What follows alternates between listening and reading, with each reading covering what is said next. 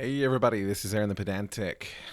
So today has been a lot of fun. I did a 4-hour stream with Legion of Myth, and we went over a lot of topics. A lot of really cool people involved as well. The OG GM, DM Dave, the man behind the screen, and Grim were on there, along with Max and Heathen Dog. It was a lot of fun. I recommend you check that out whenever the recaps unroll. Not the recaps, you know what I mean. The replays unroll on the Legion of Myth channel. Check that out. I also wanted to do a quick shout out to DM James. He recently did a video on skills and feats. I'm going to put the link in the description. I think it is freaking amazing. I 100% agree with what he has to say, and he has a lot more experience on the matter. So a bit more authority, I would say.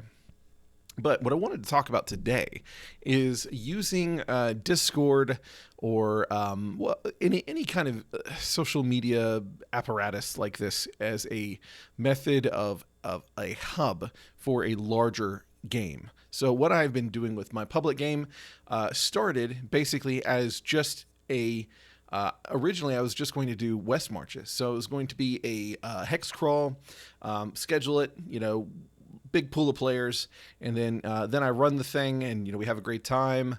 But as far as for the most part, you're just kind of going out and you're doing things, seeing what you find, and we have a great time.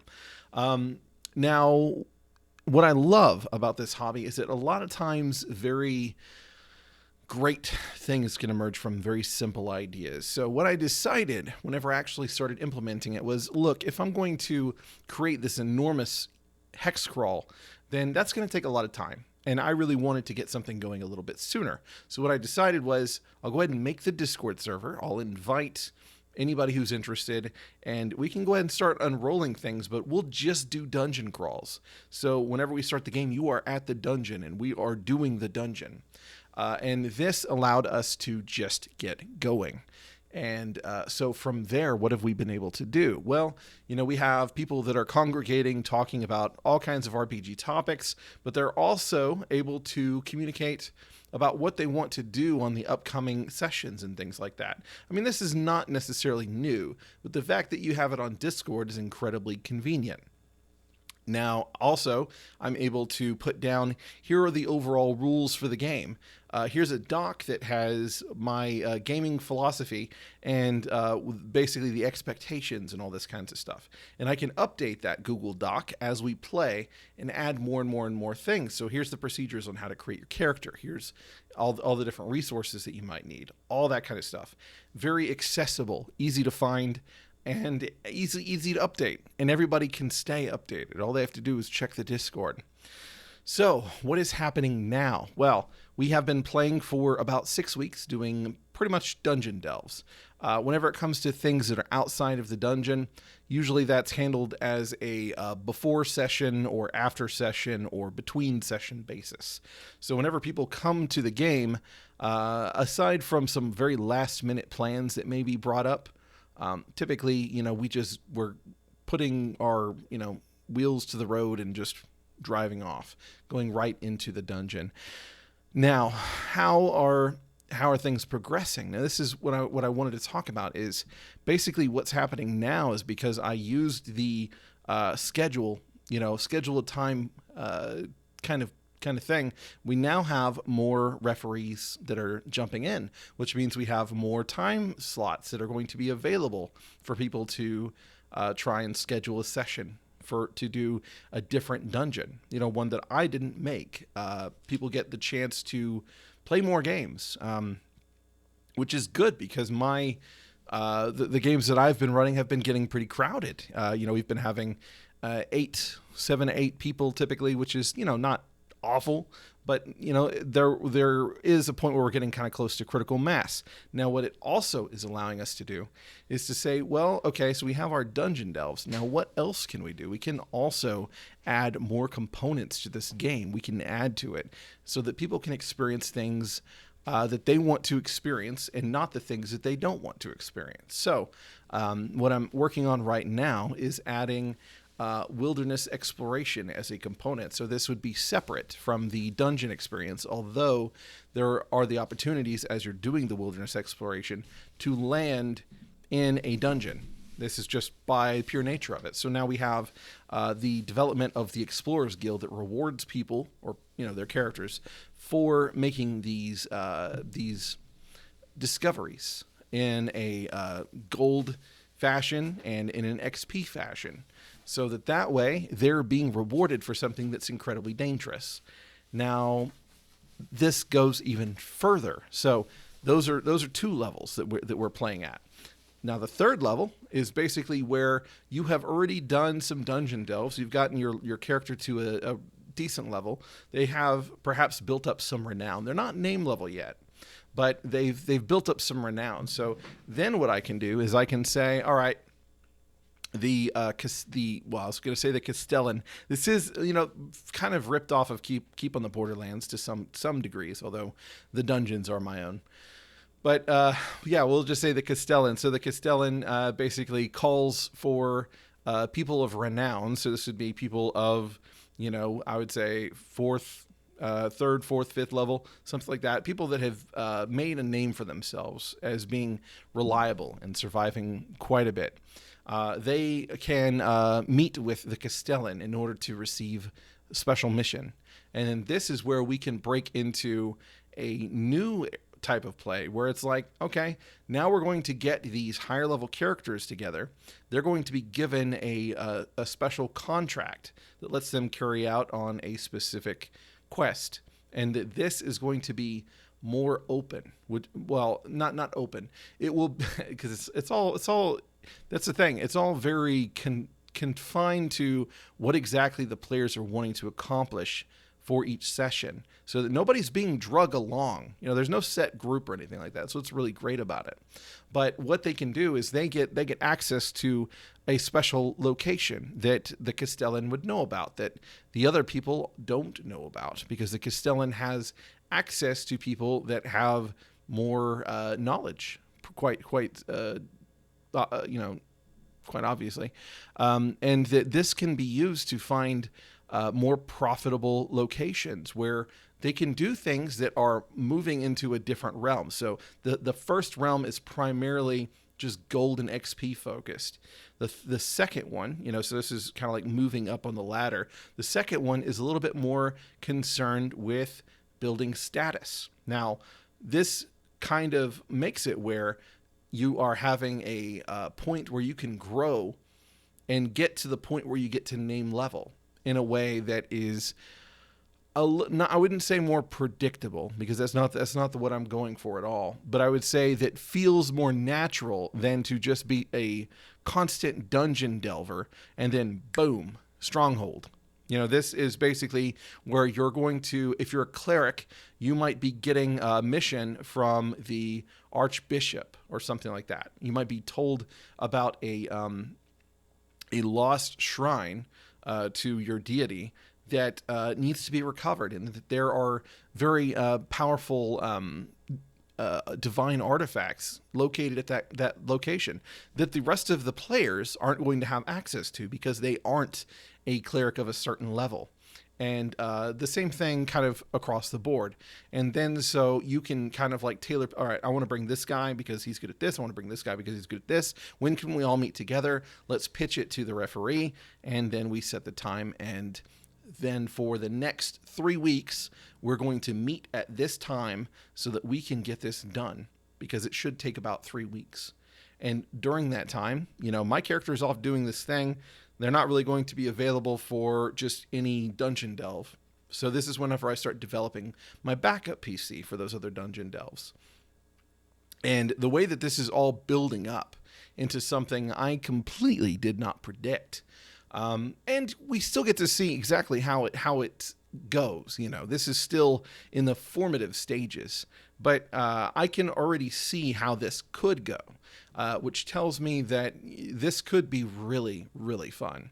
And then I would say the fourth stage, this is the domain level play. You've made it to name level. You've already, you're a bigwig in the world that we are playing in together.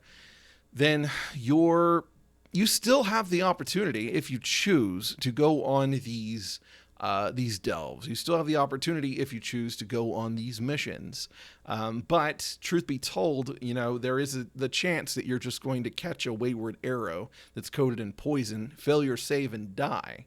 And because of that, more than likely, you're probably going to want to keep that character reserved for, I would say, either the big shit, or you're going to save them for domain level play. So what we would do then is basically you set an agenda for your stronghold, your area, or whatever. And this might be a monthly thing. And then we have a monthly session together where, we go over, all right, what was your agenda last month? Okay, these are the things that have been going on in the region. This is how successful you were. And then you set the agenda for the following month. And then, so while you're handling things in this region, on the macro scale, you have your other characters playing in the micro scale that may be the beneficiaries of the stuff that you're setting up. Maybe now the players with their lower level PCs have a forward operating base that has been created by a high level PC, by another player that they tend to play with. Maybe that player can, have all kinds of services set up so that the other players are going to benefit from them, and especially themselves.